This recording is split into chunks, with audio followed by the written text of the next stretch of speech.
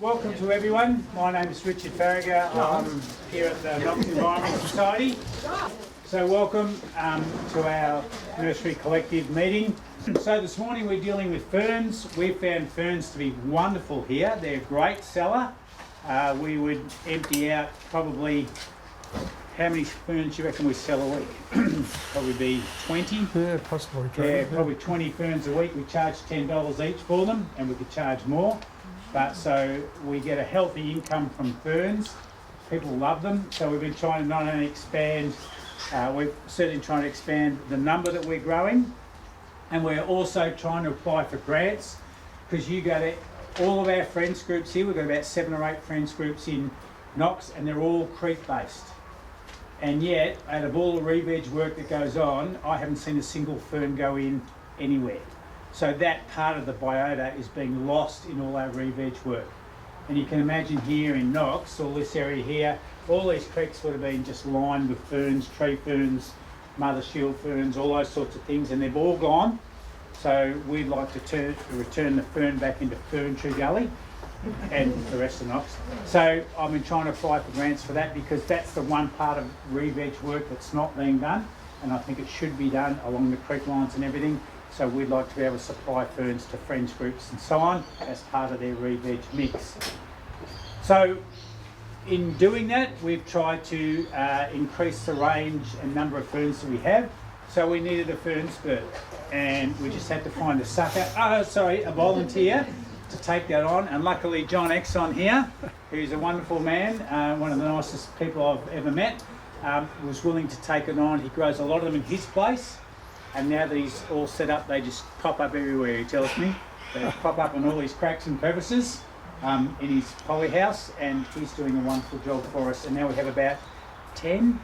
About 10 different varieties. Yeah, and he's always working on more. What are you working on at the moment?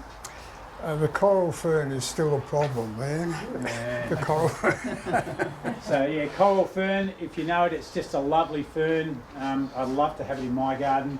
So we're trying to crack the code of the coral fern, or John is. I just support him. So good job, John. So John's going to talk to us this morning, and again, just hop in any time with any questions, or if you found something that works for you, you might like to get up and tell us about it. I know other people grow ferns. I'm not saying we're the only ones who do it. So if you've got any thoughts or ideas on how to do it, so this will go till about probably 10:30, 10:45, we can break for morning tea, and then maybe after that we can just have a bit of a session about anything we need sold. Depends on how much people want to continue on with. All right, Yep. Sick 'em, Rex. Thank you, Richard. Well, after an introduction like that, I think I need to warn everyone to lower your expectations somewhat. And your voice. Actually, I hope you can hear me. My voice isn't as loud as Richard's. I think it was about 6 years ago that Richard made the comment that it'd be great if we could have some tree ferns for sale here at Cares, and that as there was a local reserve close to where I lived that had a remnant population of rough tree ferns, maybe I'd like to have a try at growing some.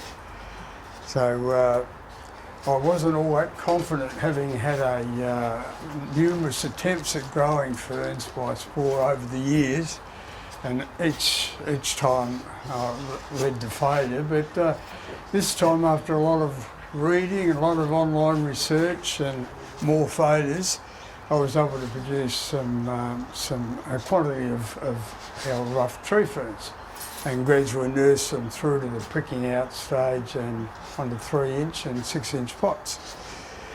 So it's I guess the one thing, or the main thing I learnt from trying to grow from Spore was to have patience. Ferns tend to take anything from 2 to 3 years to get an established fern. So maybe to start off, I put in some local ferns that are all a lot of them tend to be sporing at the moment, or at varying stages of spore development. And I thought it's interesting just to check the spore case arrangement of the different spores. So maybe if you look at like they're all labelled, so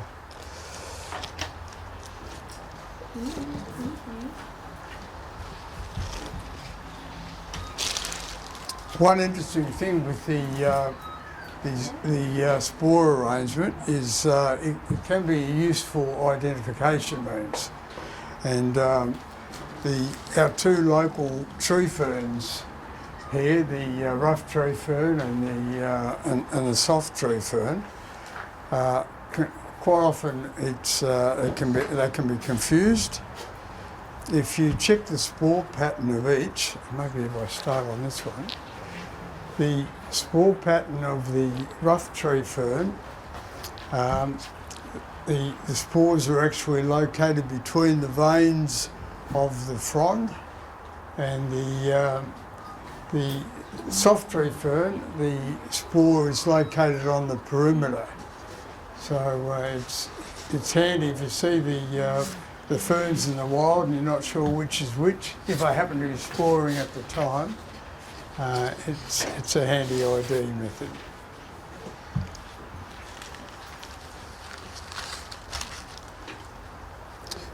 So. John, these ones you're handling, these are the ones you're growing? Yeah, most of these I'm growing, and as I say, most of them are local ferns, or they're all local ferns. This is just an illustration. Now we have a number of blechnums growing in the area. Blechnums are interesting in that all of the Victorian blechnums, the sterile fronds, the fertile fronds are quite distinct from the sterile fronds, except for the gristle fern. So this is blechnum minus, and if you pass it around, you can see clearly the difference in the sterile fronds and the fertile fronds. John, that species would have been present in all of your fruits? I would have thought so. I'm pretty sure Yes, it would have been, so yeah. it's relevant to all of the nurseries here, and probably a lot of the other species. It certainly grows around the Liverpool Road creek area and the basins there. And along Mullen Creek and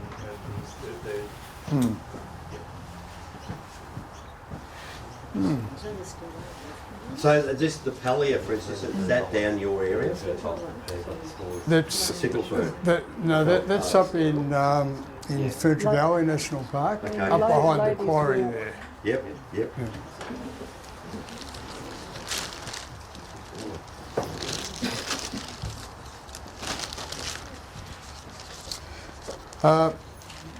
I thought it'd probably be worthwhile.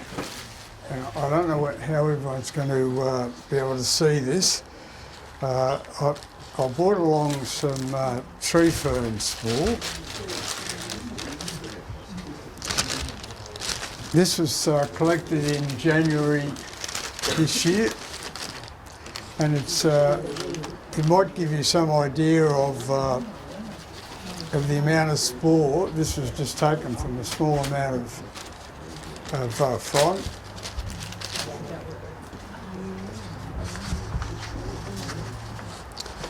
So I chose the tree fern. I don't know whether you can see it from way back there, but the tree fern spore is a yellow. Most of the material here is spore casings, so it's necessary to try and separate the spore casings from the actual spore. Are you able to see that from back there, Tony? Okay, yeah, I don't know. Give you a boost. Maybe if I just walk around. Jeez. Oh wow, ends up like a flower. So, Turmeric, isn't it? Look at yeah, that. it does, doesn't it? And this is a separated spore from the casing. Yes. So it's just it's fallen out of the fern inside. Yeah, from the fund itself. Yeah. Wow. Yeah, everyone hold your So, breath. Distinctive, John, distinctive colour. yes. So the yellow little The yellow- fine bit the is yellow in, is and the all that actual brown is It's the useless. casing. Wow. Oh, they will. Yeah. So how do you're going to tell us how you separate that, aren't Oh, you? wow. Oh, so, You're not going to win, are you? what's that? You're not going to win. No, not where I am. So the spore is the yellow. The yellow one. Yeah. This is the casing. Yeah, yeah. So you would have seen all this here, I guess. You know you don't. But the yellow is the actual spore. So what is that just from one plant, One small piece of frond. I'm sorry, you would have seen all that. John, you show me too.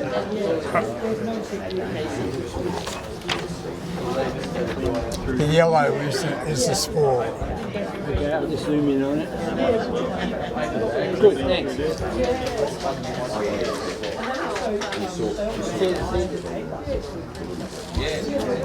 So great. To get to the next stage where we're actually going to sow this, we need to separate the actual spore from the casings. So I find that just by tapping the underside of the sheet of paper, you can normally separate the spore. I'll try the other way.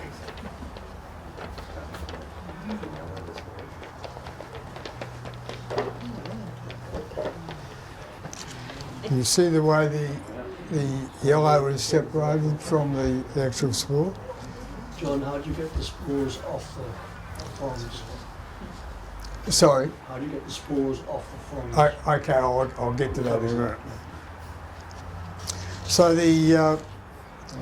you'd only need a very small amount of spore. I use a 6-inch pot for my sowing. So for the purposes of this, I'd only need that would be ample. So what I'll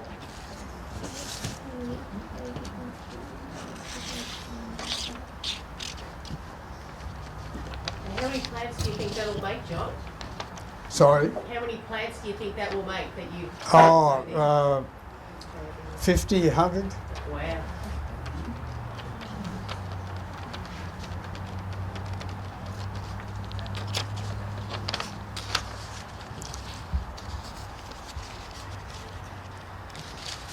So in order to get the spore, you only need a very small piece of frond. Probably the hardest thing is to get to is to determine when the spore is actually ripe. We were speaking about this earlier on. The spore generally starts off a light colour and gradually darkens. In fact, some of the specimens I've handed around there, it almost turns black before it's ready to collect.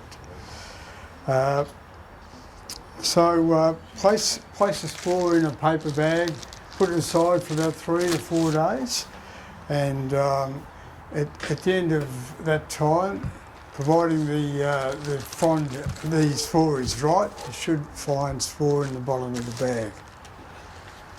So having separated this, and I haven't done a very good job, sorry. So is it the weight or is it actual paper actually catching the spore?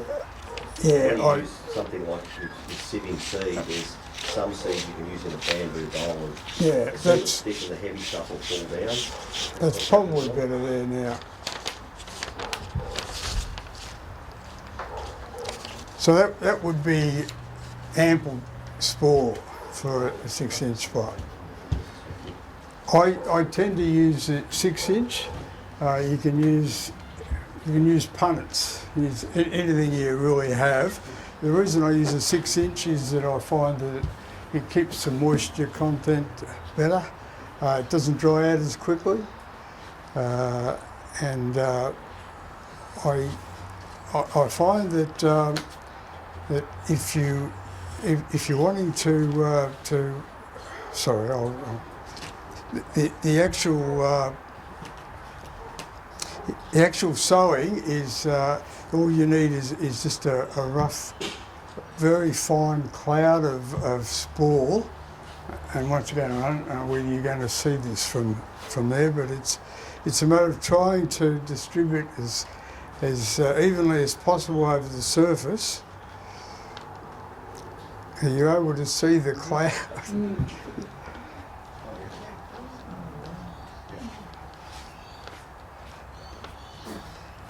What media do you use, John? So that would be ample. The media for spore growing is a roughly 75% of perlite and 25% peat, thoroughly mixed, and the top maybe 25 mil is straight peat. So from once you've made up your mix, you then need to sterilise. I use boiling water through a watering can. Thoroughly saturate the pot until it's coming out the drainage holes and also the top, and put it aside for maybe 3 or 4 hours and allow it to cool. I should say, make sure you cover the surface. It's very easy to cop spore from other ferns or moss that's always in the air. So try and stop the contamination as soon as you sterilise your mix. Cover it and put it aside for 3 or 4 hours. So John, that cover is permeable or is impermeable? Sorry, The cover, is it? yeah, plastic just a wrap plastic over? cover, anything just to stop any. What's that? Yeah, you stick a book Yeah, over it. anything, Yeah. just to stop any unwanted spore. Once it's cooled, which normally takes 3 or 4 hours, you sow your spore, cover it again, make sure you label it. I generally label it with the provenance, the date that you collect the spore, and the date that you sow it, and then put it aside for maybe 2 or 3 months, and forget about it to a degree, but make sure that it doesn't dry out. I tend to use a source of water to keep the moisture content fairly right. I find that it will dry out in the summer months. John, is there a better time to do this? Or are you talking about directly after you've collected Directly spore? out, if you've got right spore, do it then. Do it then, okay. Yeah. Does it store? Have you tried storing it and doing it later? Does I it? believe that fresh spore is better, Yeah. but I haven't really tried. I haven't really tested it. I've done some research on that, and yeah, fresh spore is definitely better. Yeah, right, okay. This year's spore, Okay. but you don't want to be holding on to it. Mm. No. And you've covered it, and so you've glad wrapped it. You've got the spore, and then you've glad wrapped over the top, and that just goes in the house like that. That then is placed in a. I just use one of these Bunnings, these frames with the plastic over the top, Yep. and in a position facing south, out of the direct sun, preferably a warm position but not too hot. You definitely don't want direct sun. And what else? It's it will normally take anything from 2 months before you start to see any growth at all. Bear in mind that the first growth that you're looking for is the gametophyte stage. And maybe if I just hand that around. I must admit I had problems earlier on in growing ferns, and I thought all I was growing was liverworts, and I tended to throw out a lot of pots. So it wasn't until I realised that that's actually what the young fern looks like. Just a story on how important it is to cover the surface. Last year I was trying to grow a kangaroo fern. I don't know if you're familiar with the kangaroo fern. I was given a frond with spore on it, and collected the spore and sowed it. And after a few months, I had quite a good result, but I found that there were a couple of ferns coming up that were quite different to the kangaroo fern. And after growing them on a little bit longer, I realised that they were in fact tree ferns. And I really puzzled over this for some time, until it dawned on me that the kangaroo ferns normally grow in close association with tree ferns. And in fact, you normally find them growing on the trunk of a tree fern. So I'm assuming what's happened is that the tree fern has dropped a spore, and some of which has landed on the kangaroo fern. And when I've collected the frond, some of that spore is finished up in the paper bag and it's finished up in the pot. So just bear in mind that it probably doesn't matter how careful you are, it's impossible to stop some form of contamination.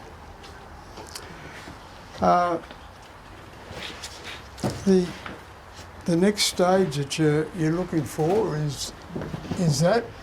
So from the gametophytes, you'll eventually, hopefully, if you've done everything right and the spore is right, you'll find little fronds coming up from the gametophytes. Now, some advice is that you can actually take them, you can actually separate the fern as soon as you get that frond. I tend to grow them on a fair bit because I find that you're more likely to have losses if you try and separate them too early. So I grow them in clumps and grow them on for a couple of months, and gradually, and after those 2 months, I'll then separate them into individual 3-inch. So that's really I think covers what I wanted to talk about today. Is there any comments or questions? How do you get the spore off? Sorry, I should have covered that first up. You normally just take a piece of the frond that has the spore. It's hard to determine whether it's ripe or not, but try and look for the dark coloured spore. Put it in a paper bag, and it should, if a spore is ripe, it should drop in that 3 to 4 days. Yeah. Will the casing open when it dries out enough to get the spore out? Yes, yes. Just about the spore ripening times of ferns, it's really critical to the success of your collection, your timing, and unfortunately the timing of local species development of spore and release isn't well known.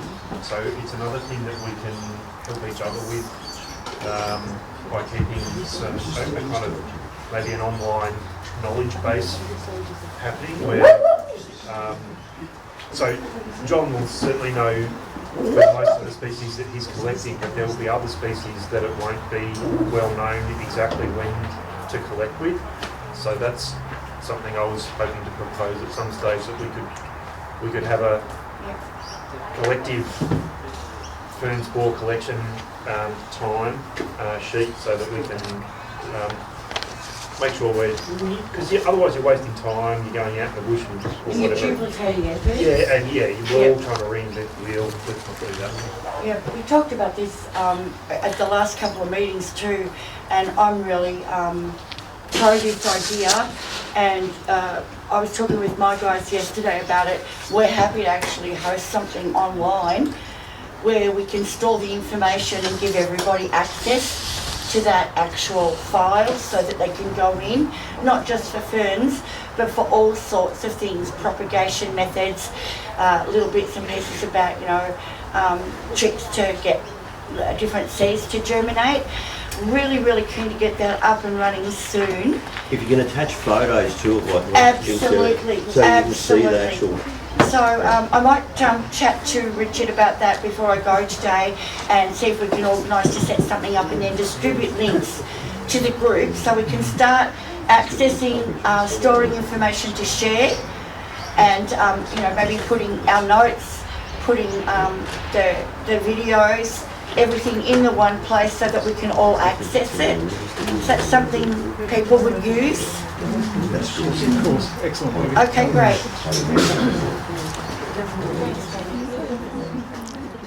I collected this some time ago, put it aside and probably forgot I had it.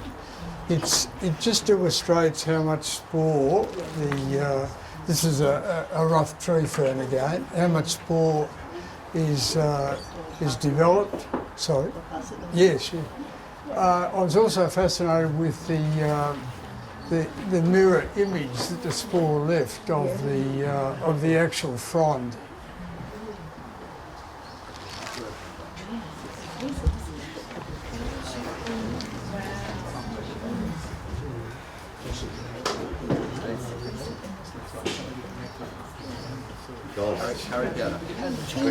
Oh, sorry. Do you use deionised water to water your... I haven't, no. It's something that I've read that people tend to do, especially if you're getting your water out of a hose, that can introduce algae and other crud in with it. Yes. And the chlorine and stuff may have a negative effect as well, so if you want to just slightly increase your percentages, you might try deionised water. Yeah. Are you using your tank water or are you using rainwater? No, I'm using water out of the tap. Okay. I wouldn't use my tank Well, water. I've seen it. No. Yeah. Full of water, yeah. Yeah. A lot of it comes down to the time you have, and it started off as a hobby, I guess, and it's rather time consuming. So it's. Well, we find with like cuttings misters from mains water, it's because it's got the chlorine and it's sterilised. So you're trying to sterilise stuff anyway. Whereas if you're using tank water like that, then you've got more of the problem. I mean, you'd have to do rainwater, basically, for a bit best one. You've got a bucket of rainwater for the ions and Absolutely. there might get fish coming up as well, I don't know. I did mean to say at one stage that when you get your ferns to that stage, to the gametophyte stage, it's useful to mist the surface, which helps in the fertilisation process. So, what's the number on your pot? Is that actually a number on the pot? Is that a stage they're at when you give them? You've got RBG3 now. no, they're from. I've been growing some ferns for the Botanic Gardens. Okay, so, yeah. So that's just my own little code. No. I think I grow orchids and heaps of terrestrials. You've got to number the damn pots. If you're doing lots, number the pot and number the label. put a number on whatever the code is you use, because if the label goes walkabout, you can find which one it was. It's really important to do that. And community nursery things go walkabout, and we know here that's what they do. So if you're doing something as specialised, this will definitely be number and box with what's in it, whether it's a code for that area or whatever, or you use numbers, do that, and put on your label. So I saw that, I just thought that obviously you had some place you were doing it for, although the numbers are fine. No, I But think you only do a small amount, ain't you, John? You're The, doing it the M is marooned, by the way, too. Okay. So John, is this an automatic irrigation system or is it just hand watering? At this stage, it's just hand watering. Once I've got the out into 3 inch and 6 inch, then they go into under automatic watering. Yeah.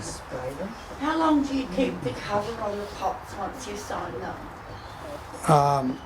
Once you've actually sown the spore, I then put them in my little In your plastic little igloo frame. without the So covering? yes, Okay. I mean they've got plastic over the top, so it should stop most of the contamination. Contaminants, yeah. Yeah. Okay. When you prick the marks, Sorry. Isn't it rain water collecting like tank water that's rain water, if it's got tannin in it? Yeah, no, I don't use tank water. No, not So for that would watering. affect it, wouldn't You it? could well do, yeah. John, when you prick the mark, what mix do you use? Oh, good point. Soil. I use our nursery potting mix, but I mix in with that some perlite and also some homemade compost or leaf mould on a roughly a ratio of 6 parts potting mix to 1 part perlite to 1 part leaf mould. At what stage would you pick them out?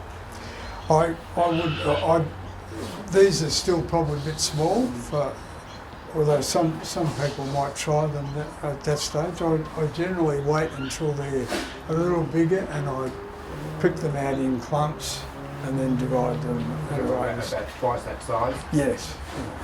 Can you describe the sort of rhizoids when you're pricking them out? Like they're not like true roots, are they? No, it's and normally they're just in that top 25 mil of peat. It's a very small root system actually on most of the ferns, and probably the thing I find where I have most losses is in that pricking out stage.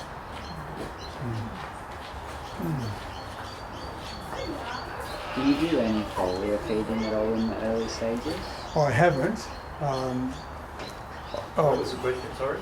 You do any foliar Foliar feeding, yeah. I haven't at the stage. Because I've grown some blackberries from Spore and I was pricking them out at the really early stage and using like a hydroponics fertilizer really diluted as a foliar feed. Okay. And I found that on the ones that I did that with, I had a much better success rate. I lost a lot less of them. Yeah, okay. So that was at the pricking out stage? Yeah. Or- yeah. Yeah, just one question, John, this was touched on before, the seasonality of this work, this propagation. Are there some seasons, and I imagine that's possibly summer, that you don't do this work? No, I do it right throughout. Summer, if the fern has ripe spores, then I take it. Okay.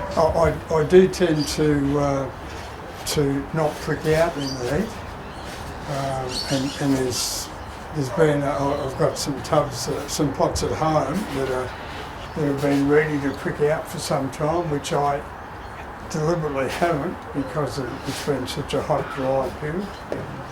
But I've got a fair bit of work to do in the next little while. When you were talking about the media that you pop them into, you said so many parts of whatever, I didn't quite catch it. Okay. Roughly 6 parts of our local potting mix. Is that from BioGrow, the mix you get from BioGrow? Yep. 1 part of perlite. Yep. And 1 part of my own leaf mould or compost. Okay. Don't know where they find stuff. How long can you store the spores before you need them to sow them? Okay, fresher the better. But Daniel was saying that he's found that using fresh spore works better. In saying that, I've sown some tree fern spore that's been 12 months old, and it's still come up quite okay. Did you have to store that in a fridge or? I haven't, but interestingly enough, the spore from the Botanic Gardens was frozen, and it was a bit of an experiment. They weren't too sure whether it would work or not, but that's come up quite well too. Just a question on your setup. You said you've got your igloo in a shaded area, but obviously it would be humid, the nature of the igloo. How important is it to have it in that shaded area, and what happens if it gets too cold? Well, so far I haven't had any real problems with, obviously in the cooler weather, everything slows down. You don't get a great deal of growth. The main thing is to try and keep it out of direct sun. Yep. And is it just to increase the moisture to not dry out? You mentioned coral ferns before, Blackenia. Any tips? Any successes? Because we've got it growing in the nursery in one of our garden beds, and everyone wants to take that home, including me. I find the hardest thing of the coral fern is to find it when it's actually sporing. Every time I come across a patch of coral fern, I check for spore, and I can never find spore. I've found spore on them before. Have you? I found you had to get right deep into the plant. Yes. And there's very little of it on them. Like the frond will only have 1 or 2 little dots. Ah. So I had to collect quite a bit of it. I did get it to the gametophyte stage, but unfortunately it dried out. Okay. But yeah, they don't produce a lot of it. It might be one that produces spore after fire, so you could imitate that if you have a captive source by brush cutting. This was from it was Ken Laversia. It was along where had been mowing along the fence line to get access to the creek line. Yeah. And it was right on the fence line, and there's a regrowth there, which is where I got the spore. Is it worth mentioning wards? Wards Reserve in Monbulk has a huge amount of coral fern there, but I don't know. We've been to look, with John for spore with very little luck. So you could probably ask the Yarra Rangers if you could do a little brush cut patch and try and just push it on, stimulate it.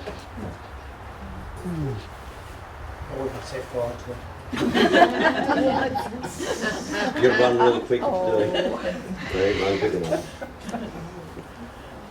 Right. Any other questions for John? Do you need any permits to grow any ferns? Sorry? Do you need permits? We have a general seed collecting permit. So the ferns fall under that? I'm assuming it is. They're definitely listed under that, so yeah. Thank you, John. Okay. Very good.